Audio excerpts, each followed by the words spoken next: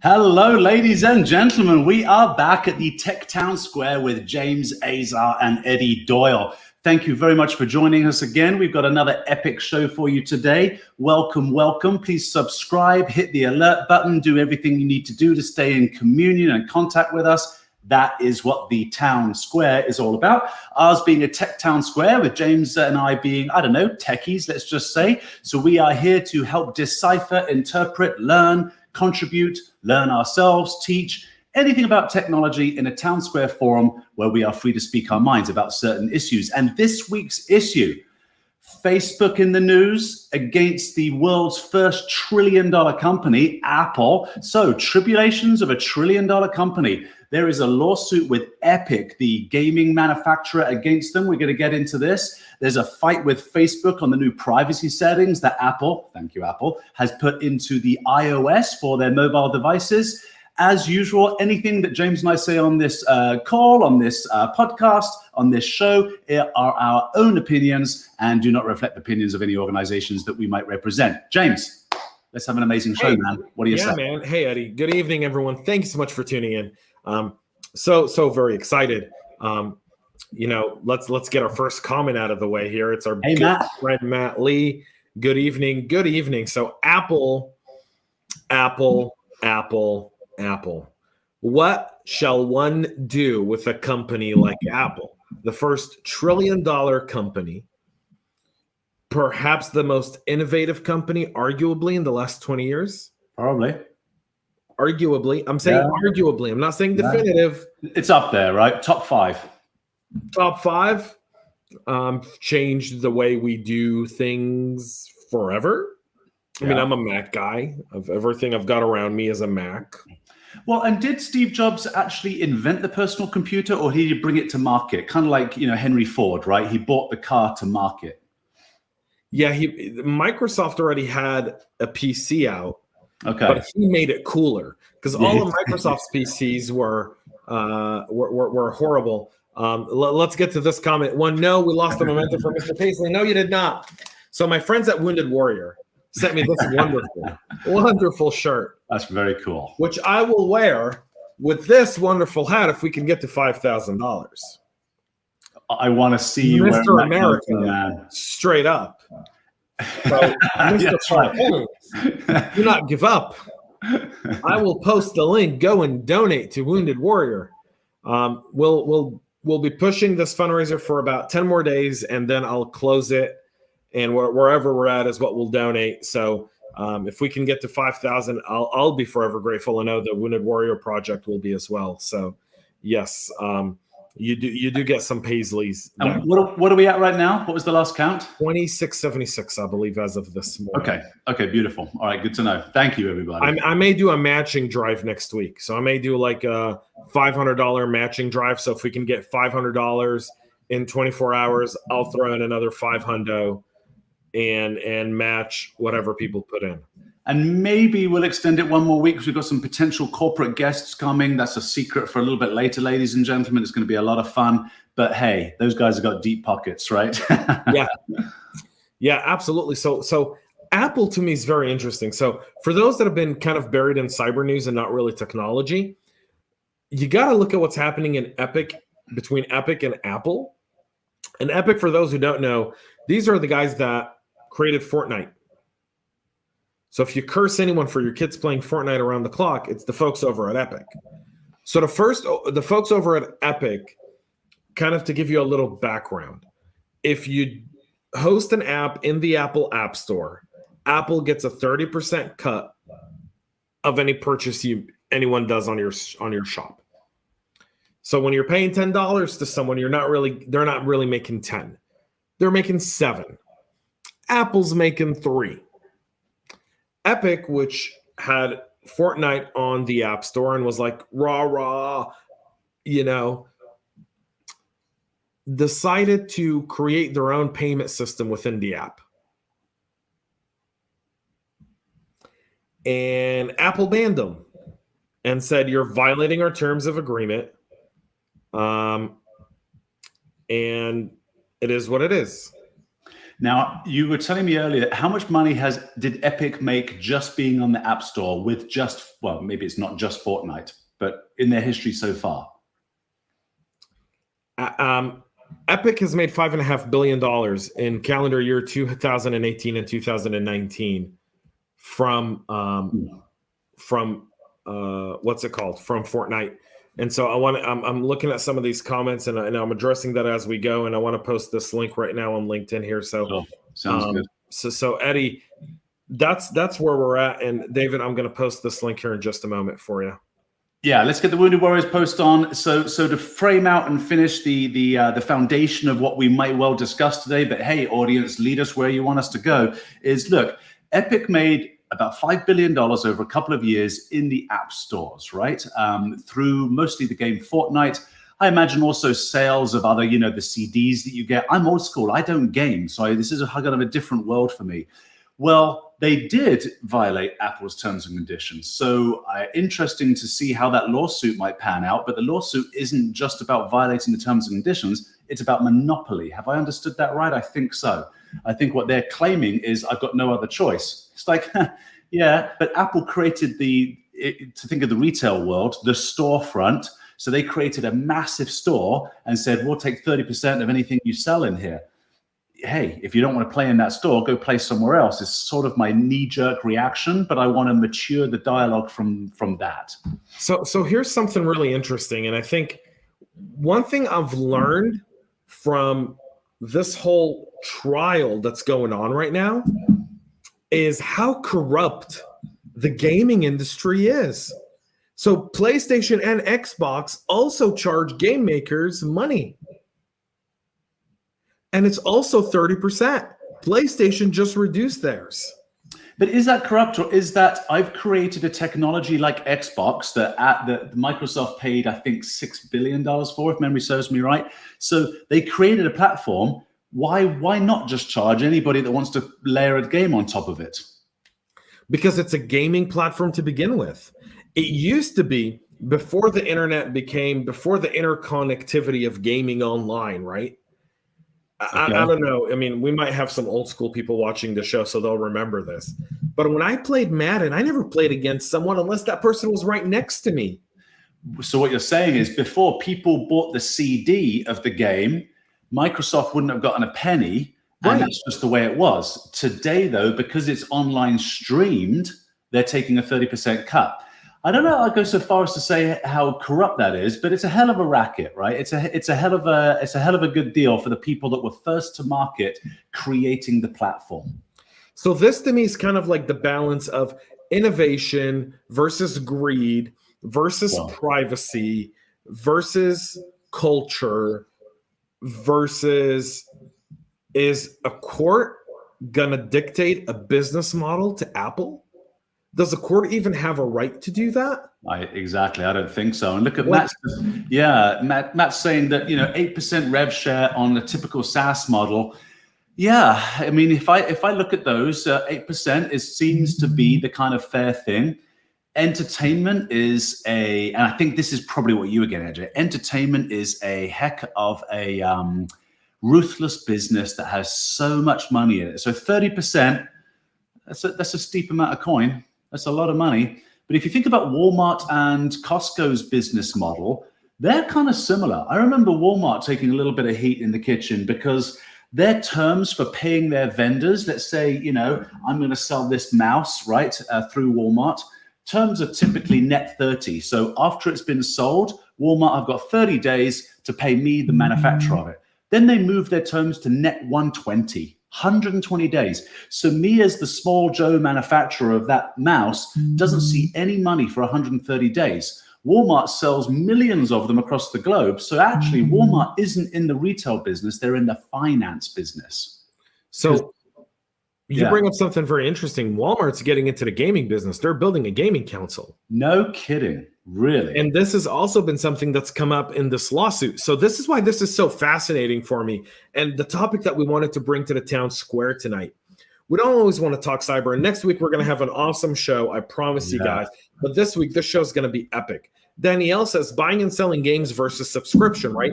We see this now, even in like all business models, everyone's looking at that subscription model, right? How do I get you to pay me something every single month for a service rather than charging you a big lump sum? Now, in a lot of cases, that's very legitimate. But imagine in the world of gaming, right? In the world of gaming, most parents don't know how to tap their kids' accounts. You know how many people had $300, $400, $500 gaming bills? Right, exactly. It's much more lucrative this way. Now, what's David saying? Hello, David. Thank you very much for jumping in. It just opens up the door for competition. Someone will provide a platform at a lesser percentage and allow the same games to be played on them. I hope so. This is what I love about, the free market, right? That's wonderful. I mean, likely Microsoft will just buy them and crush them, but hey, I hope so, man. Absolutely. So not very true. So here's the deal, though. We see this now with social media, right? And we had this debate on the other side of cyber on Clubhouse this week. We've also, I think you and I have had this debate, right? Kind of the idea of social media conglomerates. Like, can someone really compete with Facebook? Right. Now, I was listening to Senator Hawley today. He just wrote a book called The Tyranny of the Tech Giants, the Big Tech, The Tyranny of Big Tech. It's a book by Senator Hawley. And you kind of look at the idea of how do you create competition to PlayStation, Nintendo, and Xbox that have been around for 20 years. Yeah. And Paul makes an amazing comment here. It's not a free market if Apple shuts you out when you try another route. Exactly. But it is, because you're free to go in a different route. You can stay on Android. You can go to Xbox. I mean, here's the thing about Epic here is Epic has a contract with Sony for PlayStation. So let's say I'm playing Fortnite on my PlayStation at home on my TV, right? And I run out of V-Bucks. And V-Bucks is Fortnite money that your kids buy or you buy if you're a Fortnite player. I used to play Fortnite because it was a way for me to bond with my daughter. She loved Fortnite. We used to play it together, right?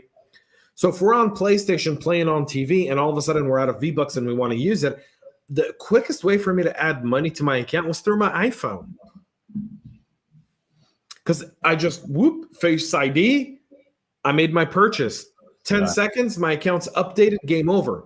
Well, in Epic's case, with their contract with Sony, Sony still gets a revenue, even if someone bought from a different platform while they were playing on the PlayStation.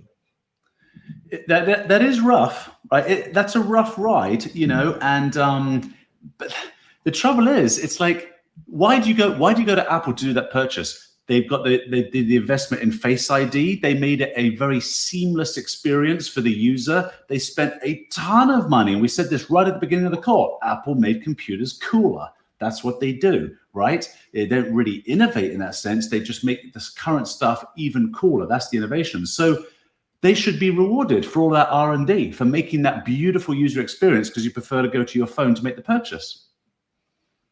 So Paul says something else here. How do you justify taking a third for just hosting the platform? Has anyone looked at YouTube's number? YouTube doesn't make money. These guys do $1.5 billion in quarter. And YouTube made $1.65 billion in revenue for Alphabet and made $0 in profit because of the storage cost and the cost of operating their infrastructure to support the massive part of YouTube. Interesting. And they don't get any revenue from people putting their videos on. They don't get a cut of the ad. They do, right? And if you don't have 1,000 subscribers and 4,000 listening hours, you can't monetize your channel, right? So think of all the different people who upload stuff, but how many people watch those videos? Right. So how much ad revenue does that generate? So you put up a video that gets 100 views and you keep it on there for ages and it's a 3 gigabyte video. It's costing them a pretty penny. Right. Okay. But they are getting some ad revenue from other people's videos. Right. But that ad revenue is only holding up YouTube from a hosting. YouTube is a money losing proposition today for Google. No kidding. Wow. No wonder I see all those ads to get me to go to click over to advertise less. If you do that YouTube trial, every day I get that. They want you to pay them $40 a month. So you have YouTube TV without ads. Right. Because they figured if they can get people to pay them $40 a month, that would work. But I think they're trying to compete with cable TV. And if I'm going to pay $40 a month, I'm not going to pay YouTube for it. I'm just going to go get cable. Yeah. Right. Because at least, if the internet's down, I still got cable TV. In the long term, I think cable TV will be YouTube. I think YouTube will win, right? Old school cable TV still doesn't even know it's dead. YouTube's the way to go. But in this transition, can they sustain the money? They're not really in that, because when you look at YouTube TV, you look at streaming services, it's a lot different. HBO's got something. A lot of people got something. I want to get to some comments here. Okay. And then we'll continue this debate. So it's not a free market if Apple shuts you out when you try another route. It is when you're trying to manipulate their platform, right? It absolutely is. They should be forced to allow competition. You can't force competition. It's their OS, their development. I buy their device knowing the limitations as a consumer. If you don't like Apple's rules, buy an Android and be less superior. The only thing you could do to allow competition is break them up, right? And then the question is, are we there yet? Right. So Matt brings up a great comment here. Look at the recent lawsuit that says if you can kick me off of your platform, then you did not sell me something. It is all a rental. Regarding the lawsuit from October about rental versus own against Amazon. Okay, so let me understand that. Looking at the recent lawsuit, it says that if you can kick me off your platform, then you did not sell me something. It is all a rental. Why is that important? So it's the idea that if you're not selling something, you're not really owning anything, and you're not really selling something. You're pretty much renting something. So why is the these companies? Yeah.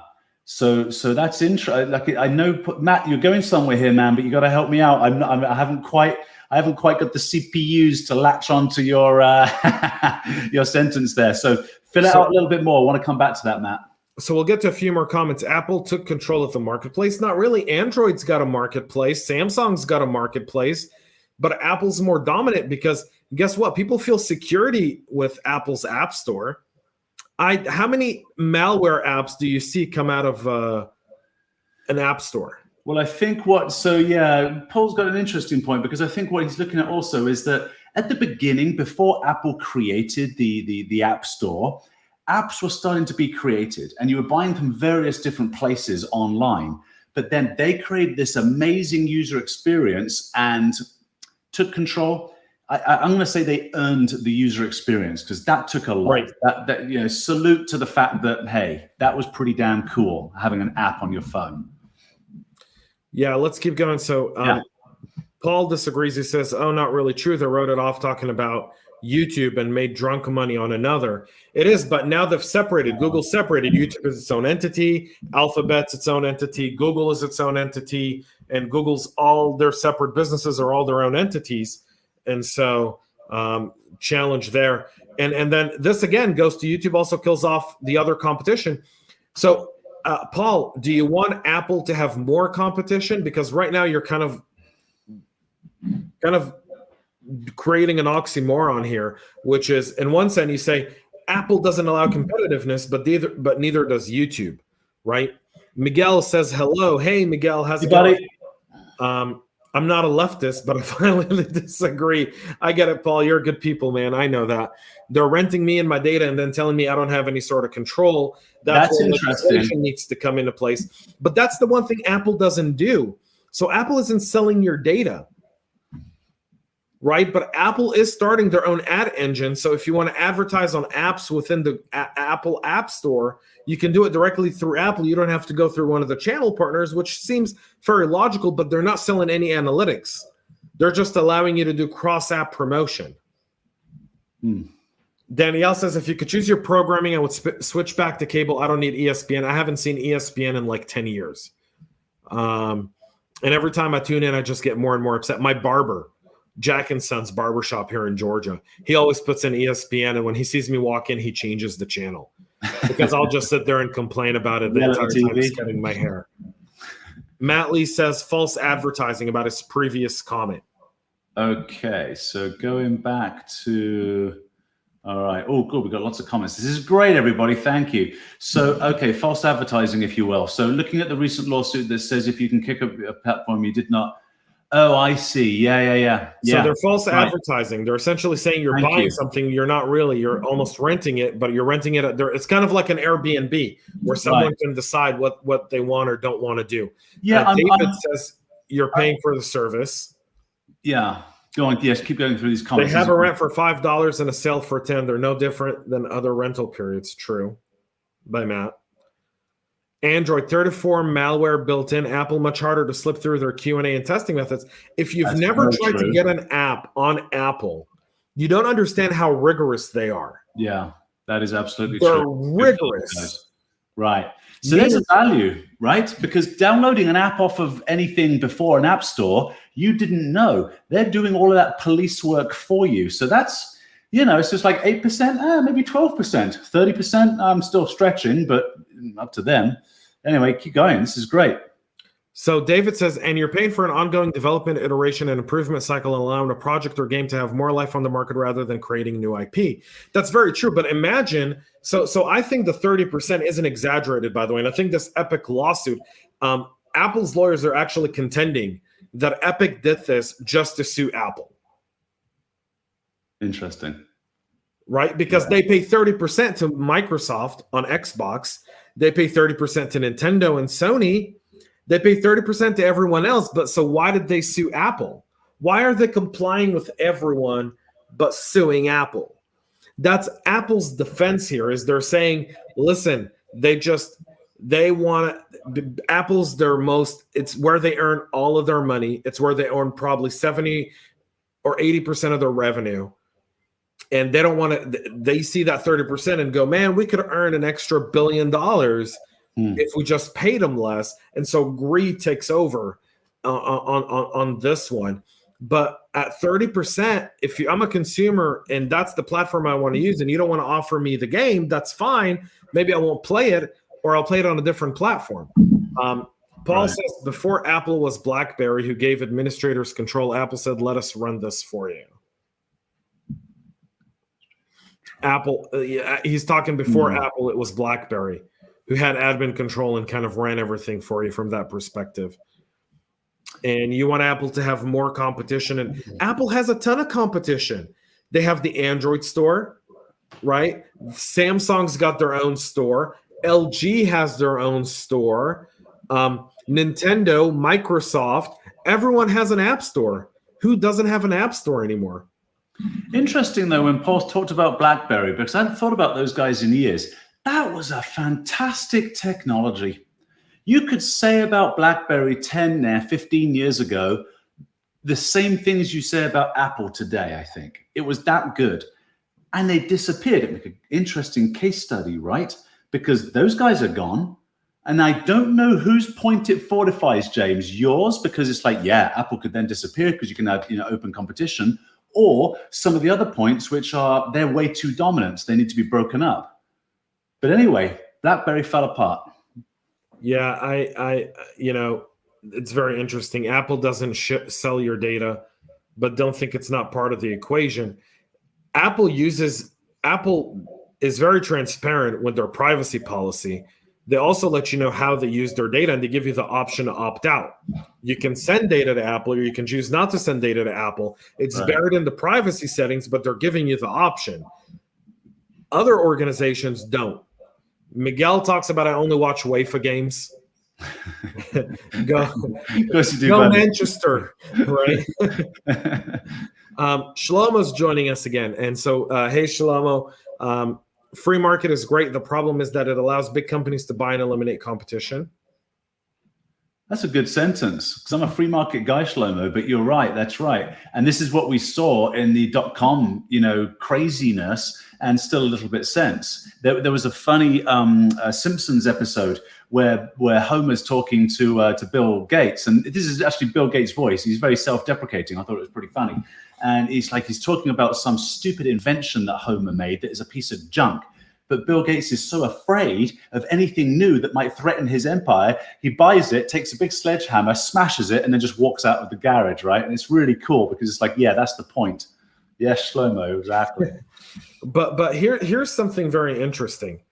Smaller companies allow themselves to get eliminated when they agree to sell.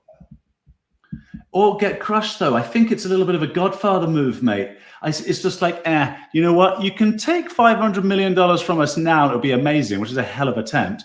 Or you're going to compete with us and we're going to crush you. Don't you think that's kind of how the move goes? Might be. But then if you believe that you've got a better product and you know you can grow it and you've got the investors behind you that are willing to back it, you can fight it. We saw what they tried to do to Parler, and Parler's back online. Now, it's not as big as it was come January simply because of, we're not in January anymore. We're May, right? But we saw all of big tech kind of go against this one up-and-coming social media platform and really take it out, and Parler's got to work its way back. But it's very interesting. Yeah. Matt says the security side is part of the 30%. I agree. Paul has Paul is coming what I like to call the old guard, how the government broke up AT&T and Bell and made it kind of federated and tried to get legitimacy of charges. I want government out of business. Let the best companies win. If you've got Apple, Android, and Samsung, right, all with their OSs, and Microsoft. Sorry, I keep forgetting Microsoft. And those are the four big giants with the massive app stores. And then you've got 20 that are mid-size and small companies that are very boutique and cater. Like, look at Discord, right? Of all them, Discord is designed for gamers. That's the whole point of Discord, right? They're not competing. They have a market share, but they don't look at WhatsApp and go, we're trying to take WhatsApp's market share. They're not looking at Slack and going, we want to take Slack's market share. They go, we're a niche product for gamers. Right. Yeah. Yeah. I think you're right about the competition, because so James and I are going to bring you an episode in the not too far future on non-fungible tokens. This is mind-blowing stuff. Any of these companies, these cryptocurrency and blockchain type companies could grow so fast to challenge the Apples and Googles of this world. That is absolutely possible. There's something going on, which I think, and this is the way I look at it. With the iPod, Steve Jobs actually wasn't first to market. It was Dell. Dell came out with an MP3 player. It's just that when they came out with it, they did the Dell thing. Hey, it's gray and it's about this big and it's got this much gig and RAM and it's awesome and we're a computer company. And Steve Jobs made it look cool, but he also said a cool thing: 1,000 songs in your pocket. And everybody went, oh yeah, I like that. I'll take 1,000 songs in my pocket. And Dell had to discontinue after the bazillions of dollars they put into coming up with this thing. Remember, that was at a time where Apple was in dire straits. Steve Jobs had just come back after being ousted, right? And the company was 90 days away from not making payroll. So that kind of weakness rose up through the ranks, took out big Dell. It amazes me that companies who are in a position of strength seem unable to see what's right in front of them in the market trend and fail at something. So crypto could very well be something that turns our world around in 5 years. I agree. That's a great point, Eddie. We'll keep going with comments because we're getting a ton of them. You guys are on fire today, so I want to definitely. This is the town square. Well, Eddie and I host a show. This show's all about you guys and what you have to say, and have an open debate. Paul says Apple will lose the lawsuit because Apple kicked them off the platform. We saw Parler do a very similar lawsuit against AWS and a bunch of other providers, and they didn't win, and they got kicked off the platform for violating terms and conditions. So I have a gut feeling this is going to be an Apple victory, but I don't see into the future. But just looking at the stuff that's going on in court and following it over the last few days, I don't know that Epic is proving anything. Matt agrees with Ed, and I want to see what does he agree with what Ed said. The no-click full chain compromise on Android is worth more than one on iOS today. Is Erodium. So a no-click full chain compromise on Android is worth a lot more than an iOS today. David says, to be clear, I don't agree with the service as a model. I miss owning my music. It's kind of like why I canceled Audible for books, and I have my books now coming back to the house in format. And I got Jordan Peterson's new book. I'll be talking about it in the next few weeks. It's my airplane book when I fly to Israel. So really excited about it. That's the book I plan to read on the flight. Yeah, I mean, I stopped Audible because Audible was removing books that you bought and used credits for because they wanted to just remove them from their platform. So the same could be done with music. I agree with David there. There has to be some sort of, there should be a law that says one thing. If you buy something from a tech company, they have no right to take it. It's yours. And this sentence at the end of the day is if it's law, it's law. Whether it's ethical or not, whether it's whatever, if it's in the terms and conditions and it was violated, too bad, so sad, case closed. Yeah, I love it. You guys are on fire today. Apple is still proprietary. You pay for quality. Danielle nails it. Paul says, I don't play Fortnite and I'm no fan, but a monopoly is a monopoly. I don't think Apple has a monopoly. Apple has a ton of competition. There's 4 massive competing app stores, and Android has a larger market share of OS devices than Apple does. I think 70% of all phones are on Android and 30% are Apple. So how's that a monopoly? Corinne says BlackBerry. Fellow BlackBerry, hey, us BlackBerry former people, we give a little nod of respect. Yeah, he goes, my compliance office, Matt says my compliance officer sold rocks a BlackBerry. I still have one right here, folks. Compliance officer, typical. I still have my BlackBerry right here. Get out of here. You do. I love my BlackBerry. It's amazing. There's a bunch of the difference between Apple and BlackBerry is where you place the gate. Ed brings up a great comment here. This is absolutely wonderful. This is the other lawsuit Apple is dealing with, is with the EU lawsuit. I believe that Apple will have to open up side loading with conditions similar to Gatekeeper on the Mac, where what Apple services will Apple keep from those developers or users choosing to side load. Because there is a lawsuit in the EU by the European by essentially the EU saying that it's an antitrust against Apple there. What's Gatekeeper for us PC kids? Gatekeeper is essentially, I believe, the Gatekeeper on Mac is, if I recall correct, again, I'm not 100% sure. I may have to look this up, but Gatekeeper is kind of like a program on Mac that lets you either load your own programs that may not be authorized on OS, but you're kind of taking your own risk. Not through the App Store. All right. Smaller companies recognize the writing on the wall. I disagree. I think when you're a small company and you see a big company coming to buy you, you see the money and you move, or you're afraid of it. You're right. But I think better products often lose out. Sometimes if they don't have good marketing, if they don't, if they can't get across people's minds, we'll see those examples. Yeah, we see those. So Danielle asks, so you think there should be monopolies? No, but I don't know that Apple is a monopoly. You don't go to buy a phone today and everyone says you've got 7 Apple devices and 3 other ones. You've got one Apple device that's just changed in size and you've got 10 other devices there. When you want to go buy a laptop, you have hundreds of laptops to select from. When you want to download a game, you can have dozens of games, millions of games on the App Store. If you want a tablet, you've got dozens of tablets in the marketplace. What monopoly does Apple have that you guys keep talking about? Would you agree that Facebook has a monopoly? I agree that Facebook has a very large market share in social media.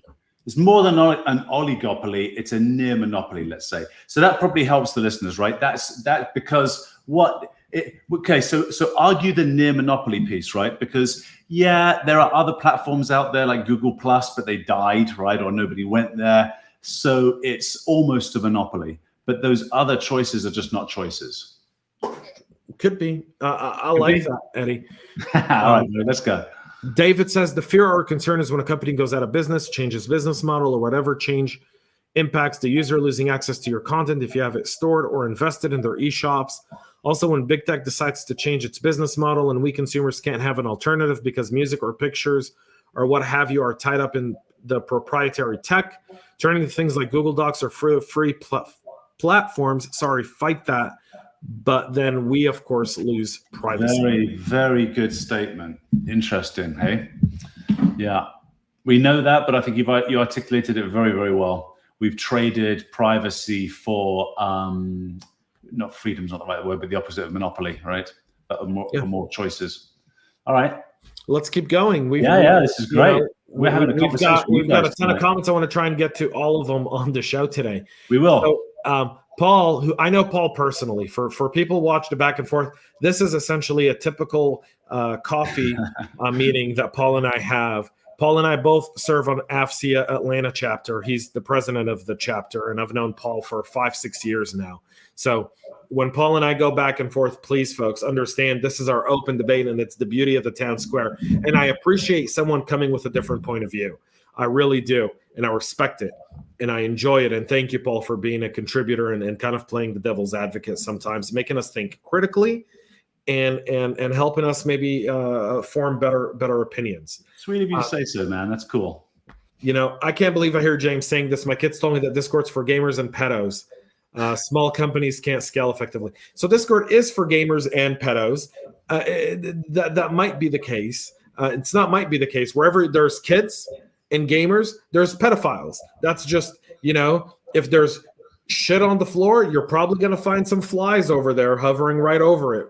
So, I mean, the same rules apply. And small companies can't scale effectively. I disagree with that. I think small companies with good leadership scale pretty quickly. Just look at the last year with COVID. Look at how many companies scaled quick and fast. You know, so that could not be the case. Matt Lee says I bought it from Dell. I don't know what you mean, Matt. It's probably the MP3 player. You're an early adopter, Matt. You bought that MP3 player, didn't you? You're still trying to charge it. All right, keep going. This is all yours. Okay, and maybe a left turn from David here. How do we decommodify ourselves and out data to get businesses to come up with actual business models that aren't based on hoovering up user personal data and trends? Right. Pass a privacy law that gives you complete control over your data. Then go to every single person who has your data and demand that they erase it. Yeah. Yeah, beautiful. That's one way to do it. Right. Or make the people liable for, Anyway, let's keep going. There's so many comments. I want to get to them all. Steve Jobs is still percolating through the music industry and slowly killing it, even though he has been dead for years. Musicians are dying by not being able to deliver live music and sell T-shirts. Are they not still doing live music though? I think you just been maybe during COVID. I go to concerts all the time. I love it. Streaming music is a $14 billion a year industry. How did he kill music? Music industry makes more money now than it ever did. The music industry in 2020 made more money than the entire decade of the 60s. What I love about it is the choices I get. Because I listen to some really obscure music, and I'm happy that they get a couple of cents. I'm sure it's not enough to live on for me. Yep. Nothing like the smell of books. Yes, I totally agree with you. Bring back the smell of books. We should make it a cologne. Paul, back. I love this. On owning artistry when Disney edits movies you have already bought, is that legal? Oh, no. Because they can do that on a streaming service, you mean? Correct. It shouldn't be. But in their terms and condition, it's buried that they can do whatever you want. Yeah, I mean, you know, they did make a movie for you to agree to that. You don't have to agree to it. Don't watch the movie. I mean, keep going. I love this. So Android has a larger market share, but doesn't have control over their users like Apple does. I disagree. I don't know that Apple has control over me. I see that Apple is providing me quality in the App Store. I'm able to browse freely on their devices. I can go to any website I want. I don't know, Paul. You and I are going to have to fight this out, buddy. Yeah, Miguel, that tactile feedback made me feel human. Touching a piece of glass is weird. Good man. And who controls access to the apps? The app stores. App stores, yeah. Apple was built on a cause to stand against status quo. Yeah, that's right. They were. They wanted to disrupt, and they did. They disrupted. It reminds me of a great Charles Spurgeon quote: "All great moves of power start in a cave. All great movements start in a cave of power and end in a cathedral with no purpose." Apple will get there. Does Facebook have a monopoly in North America, but not in Russia and in China? Yes. No, because Russia and China, the governments have the monopoly. You were fast on that one, James. That was great. For a late night show, you've been up since 4 a.m. That was awesome, buddy. You nailed it. Okay, ladies and gentlemen, good night. The CCP has it. The FSB has it in Russia. That's it. Game over. Good night, everyone. Thank you so much, all. So Matt has a great argument in the same vein. My son got banned from a game before ever actually playing. There was no review process. There was no one to talk to. The T's and C's say the ban process is X. There should be some type of control for user rights. So that's a really interesting thing here. And he continues to say it. There has to be some type of control for user right. It was $60 gone.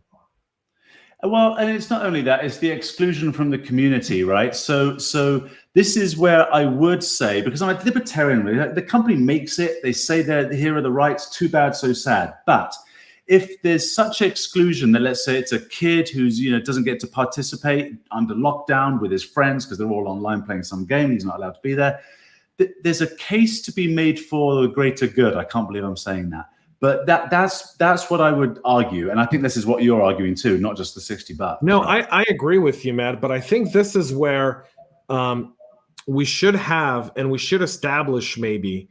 And, I hate and love this idea simultaneously. And I'll tell you why. Because I think there should be accountability for companies who take money and then ban you. But you shouldn't have to go to court. There should be some sort of set up arbitration where you're able to take this to and at least get your money back. I know. At the bare minimum. Epic made $5 billion. They can at least put 60. Right. Right. All right. Let's keep going, brother. This is great. So Paul on Facebook says, "I love James." Thank you, Paul. I feel loved tonight. You should have said you hate him. But anyway, I was in your corner until then, Paul. Discord is where all my hacker friends hang out too. That is very true. I'm on a bunch of Discord channels and rooms with a bunch of crazy hackers, and I do a bunch of mentoring there as well. I do like Discord. And Paul says, "I still have my original BlackBerry." I do too. I'm Feel the fans coming out. Bob Dylan and Neil Young have recently sold their music. They've all sold it digitally. They've made more money selling it than they did in the entire time that their music. Miguel, yes, I was an early adopter with the Palm Pilot. I love that damn thing. I played with it forever to get the settings all just about right. And then Steve Jobs comes along and says, "Look, I'm just going to give you the screen and a few buttons. You're not changing anything." It was actually a relief at that point. But I do remember having a PDA and spending hours trying to get it perfect. I remember when I was in high school, I worked at Circuit City, and I don't know if you guys remember Circuit City, but Circuit City was like the before Best Buy, there was Circuit City. Then Best Buy came in, they were cooler, hipper, they had a better environment, and Circuit City was run down. Their stores were old, they didn't renovate. Dirty carpets, the Radio Shack, yeah. Right. And so Best Buy really took over and Circuit City went bankrupt. But I remember when I was in high school and I worked at Circuit City part-time, I used to sell the first Palm PDAs. And it was the slowest thing on the planet, and I hated setting it up for a customer because I'd waste like an hour going through it. I remember that, yeah. Horrible. David says small companies have access to managed services for IT and marketing that allow them to scale and compete and puts them absolutely on level with larger competitors. In fact, it's arguable that you get a healthier economy from smaller, more agile companies scaling with supportive services to offer more innovative solutions. I don't know that I disagree with this one. What about you, Eddie? Well, I think innovation comes from, what do they say? Necessity is the mother of all innovation. When you have a big company that's trucking along, employing tens of thousands of people, and they've got a near monopoly, let's say, on a product, there's no impetus to innovate. The motivation, they just can't. And I think I just answered my question from earlier when I said, I don't get it. Why did Dell screw up so badly, right? Why didn't the established player, go run forward with these MP3 players? I mean, Apple would have just been nothing today. They were 60 to 90 days from payroll. I think it's because innovation comes only from the small players. They see it in the marketplace, which is like the mother of the innovation, and then they make an answer. Yeah. So I'll tell you what, I think innovation can also come from big companies. We've seen big companies do that. I mean, the innovation around Google and the services around Google over the years, the stuff that they've done has been all internal kind of entrepreneurship. So we've seen some of that. Smaller companies do innovate. The challenge smaller companies have when they're doing this stuff is a lot of them kind of rely on existing larger companies for part of their service. They do. I wonder, this would be an interesting study. How many small companies have innovated versus how many times have Google innovated? Because you think Google bought Waze. Why? Because those young Israelis were more innovative. They made a better, mapping program where you could do other things, right? So they bought them. But they do innovate. You're absolutely right. I wonder how much more innovation would be done if the big white guy went away or if the little guys went away.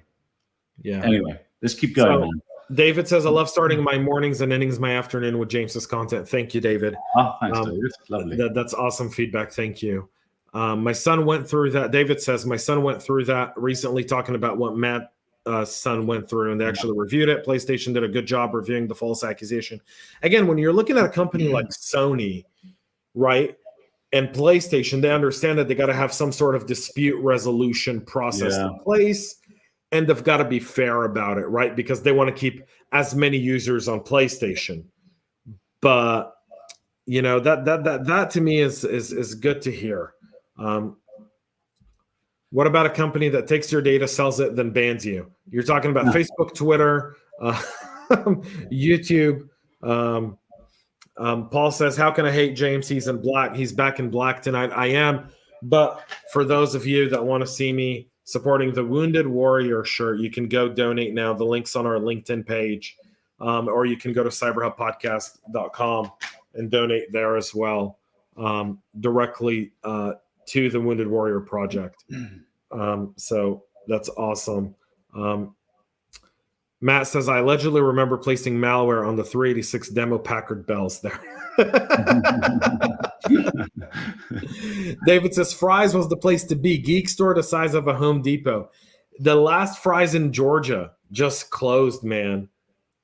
It's COVID took Fry's out of business. World's changing, brother.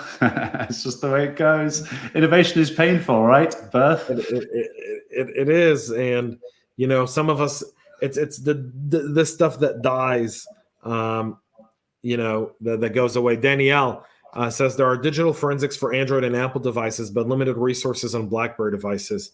Super secure. Yeah, I mean, I never understood BlackBerry's lack of innovation to touch screens. When they saw the writing on the wall with the iPhone, they didn't really pull a good touchscreen phone for 5 years. They really hung in there with that tactile keyboard. They really did. Yeah. Shlomo says, I think Disney's place is in the Soviet Union and not the USA, which is a great transition here as we near the end of the show. We're about 10 minutes out, so don't go anywhere. Great, Shlomo. What a hilarious thing to say. But Disney's place might be in the Soviet Union. Next week, we'll have a guest on the Tech Town Square. Oh, you're going to tell him? Jack the former KGB agent who is a good friend of mine and of the show's, will be joining us, and we'll talk about Russia, China, and we'll talk a little bit about him being a KGB agent, and what's it like to be a spy, and how's the spy game changed thanks to technology. So it'll be a really, really fun show next week. You don't want to miss it. It's going to be absolutely phenomenal. And if you guys don't know who Jack is, you can look him up, but the guy has zero filters. So it's a town square. Be ready to be shocked. Matt says the challenge smaller companies have in rapidly scaling has some correlation to the deals made with the devil on ROI from equity players and funding round dancing and horrible deals with golden handcuffs. They give up so much and lose some of what made them. Eddie? Yeah, well, I'm breaking away from what I've understood my entire life on this one. I'm starting to lean in your direction of what you're saying there, Matt. I'm an open market guy. But there's something wrong with the way the current trading system, I don't think it was as it was established. So very quick 60-second story here. The stock market was created, and there was a fantastic, hilarious article I read about this, from people moving from beer to tea. So back in the old days in England, when water was so disgusting you couldn't drink it, it was fermented, and it was a cleaner way to drink water. In other words, you were drinking beer all the time. Everyone was inebriated. When clean water systems got introduced to the big cities, all of a sudden, people didn't need to drink like that anymore. And the beer houses turned to tea houses, and people went from a depressant to a stimulant overnight. So in these tea houses, they could hear people. It was the only place the commoner and the rich person got together, was in tea houses. And the commoner heard rich people talking about, I'm going to the Silk Road to buy all this stuff from one of my vessels, and they wanted in. So they bought a share in the ship, and that's how the stock market was started. That's really interesting. It's like, good, I want to share in a company that I think is going to do well so I get a return on my investment.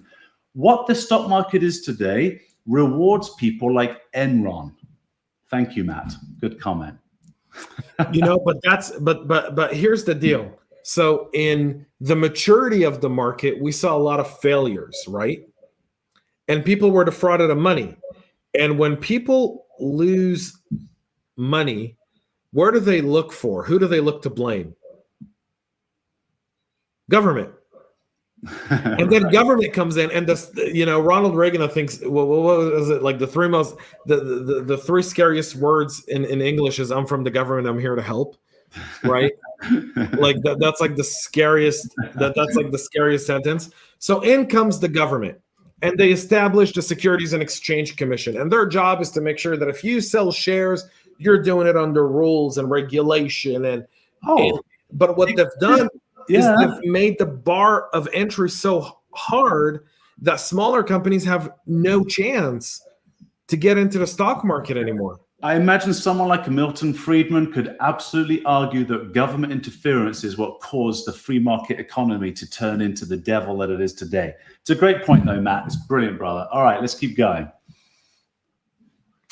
Go ahead, Eddie. Yeah, no worries. Didn't Google and Facebook innovate mostly through acquisitions? Well, this is what I was arguing earlier. I wonder how many new companies there are out there innovating that get gobbled up versus how much innovation is being done, to James's point, within new companies. It would be an interesting thing to study. Some lefty will study it and give us good results. They bought well-performing or trading. I was just going to finish this sentence. I should put that last one back in my mouth, though, but this is a town square.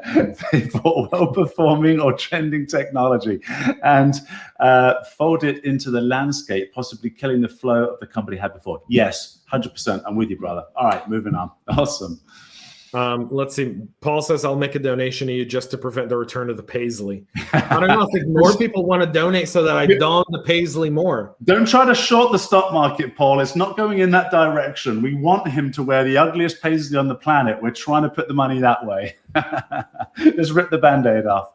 BlackBerry was focused on kids. This is again from Paul in Indonesia and their messaging app. Really? I didn't know that. Their pivot was to buy QNX. Don't know any of this, which was actually pretty good, but too little too late. Yeah. Wow. Didn't know any of that about BlackBerry. So many lovers out there of BlackBerry. I still love James. I'm liking the rest of this sentence, but I'm becoming a fan of Eddie.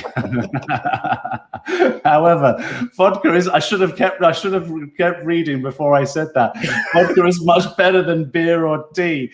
There's where I'll disagree, my friend, but good story. Okay, well, actually, I drink only stout, given my last name is Doyle. That's the Irish in me coming out, so you might like me even better in a minute, and or a scotch to keep it with the Gaelics. All right, Matt says, wait a sec, SEC, FINRA are, what's an SRO, James? I am looking it up as we speak. I wish I knew everything. Beautiful. Yeah, I don't know. I just automatically ask you, my friend. Paul, maybe you can just throw it up a little faster in the comments. We'll find out what an SRO is, and then we'll go back and I'll read it like I'm reading for the first time. Wait so according to DuckDuckGo, it's a self-regulatory organization. Okay, so wait a sec. SEC, FINRA are self-regulatory organizations. Yeah. Okay. They're civil. Okay, so they're civil, not government. Oh, I see. Earlier we were saying if they were appointed by the government, they could affect the stock market. Yeah, Right, but they were right. mandated by the government to run as SROs. Okay, now I'm confused. So the SEC has a power to bring action against you and fine you. They can't send you to jail. Right. But if you're creating fraud, then they go to the Department of Justice and file words and file a It law. does seem to be that the FBI works with the SEC. Yeah, they're all in bed together. But the SEC is an SRO. Yeah. The SEC is the only thing the SEC has with government is the government appoints its director. Yeah, that's interesting. All right, let's keep rolling here, my friend. What else have we got? So Danielle says Reaganomics. Right? With you know, I don't know why people dislike Reaganomics. I thought Reagan had some pretty, you know, we boomed under Reagan. He was so beloved, wasn't he, with his fabulous hair and his previous acting career? He's like the poster child for the Republican Party. But yeah, he did have a good reign. It takes 30 years to appreciate a president. It takes 30 years and Clinton's. Hey, it was the reign of the Thatcher years, right? You know, America was very, very good to us, and has been since, obviously still, but just good to us for the Falklands. We flew over America. It was our partnership. Anyway, let's keep going. So Paul says when they make the bar of entry so hard, they actually increase the argument of it being a monopoly. Yeah, I mean, but that's part of it. So smaller companies can't scale as fast because they don't have access to our money unless they go do a GoFundMe page or go do something else, and you don't get the same upside as you would in going in and buying, you know, $1,000 worth of shares in company X. Right? That's why Bitcoin, by the way, and cryptocurrency is so popular. The decentralization. Yep. We're going to do an episode about that soon, too, ladies and gentlemen. It will be in addition with the non-tangible funds or tokens. So Paul says, so SROs are not in everyone's best interest. No, they're not. And, by the way, SROs are funded by the companies they're supposed to regulate. Yeah. Well, and a fabulous movie based on the book, The Big Short, but they made a movie in it. I think Brad Pitt was one of the producers. So if you just search for that, it's a great movie. They explain that in essentially the SEC gets their training done there in order to be poached by the big hedge funds. That's why the employees go to the SEC. If I learn this stuff, I'll get paid, you know, 6 to 7 digits a year working for one of these guys soon. Paul says, CEO digital transformation Sherpa agreed. I'm sorry. This is Matt answering Paul saying agreed, just pointing out the arm's length as an SRO. Oh, sorry, I didn't look up to see Matt. Yeah. And then Paul agrees to that. We'll let those two have their love affair in the comment section. They will always have access to our money as long as they are endorsed by the government. That is very true. This is our good friend and John De La Cruz missed almost the whole show. I'll catch the recording. Yes, you can. You can catch the recording on YouTube at any time or right here on LinkedIn by going to my page or Eddie's page, and you can watch any show that you miss at any time. We don't put the show in audio format because of the way we do the show. I think it would be very disruptive for an audio listener. Sure. And it's far more interactive. It's just like listening to yeah. All right, beautiful. Let's the anonymization, not just that's right. Yes.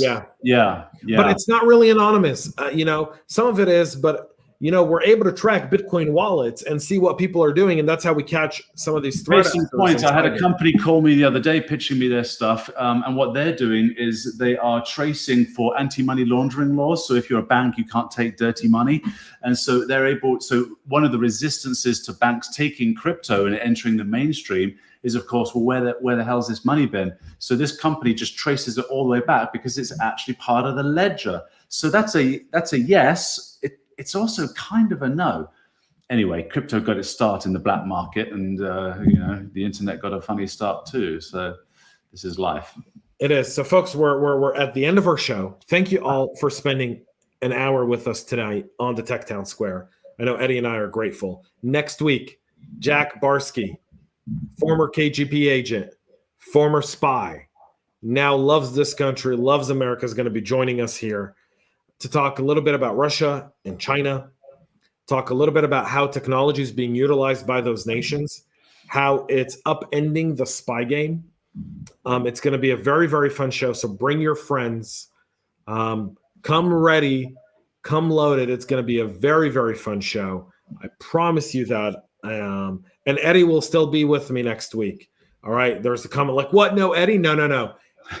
Jack is joining Eddie and myself, and we're going to have a fun conversation with Jack on all things to do with him being a KGB agent. We may ask him what was Lenin or Stalin like. I don't know. We'll see if he, this is going to be a blast. Shave off his mustache. Exactly. Yeah. Ladies and gentlemen, thank you so much for being with us. Be super safe. Be super happy. Love somebody. Be amazing. We'll see you all next week. Reach out to us anytime on LinkedIn or any of our socials. We're here to serve, here to help.